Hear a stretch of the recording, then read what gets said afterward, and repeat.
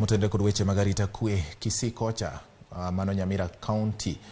Luoro okwako gweng' ma Nyamakoroto e kar chung' od bura ma Kitutu Masaba e County ma Nyamira bang' jaduong' moro kod min ode yudi ka onegi e odgi. Edward Morema Nyangechi, jaduong' ma jahigni 63 kaachiel kod min ode Grace Morema manitiere kod higni 60 ne oyudi chieng' tich ang'wen e odgi ka gintiere gi hinyruok makoni kod kocha e wigi gi dendgi mamoko machal ka gima ne ochwogi kod pala.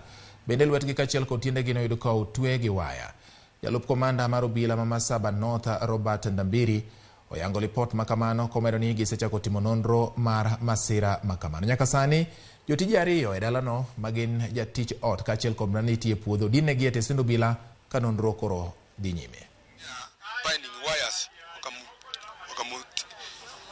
Wakamufunga hapa kwa singo, wakamufunga sana, arabu mikono na binding wire, miguu na binding wire, akarara chini na deep cut kwa kichwa na mwanzo walifungwa mikono. Inaonekana hao wauaji walikuja wakawateka nyara kwanza, wakawafunga mikono na baadaye wakafunga mdomo ndio wasipige duru na kuwakata.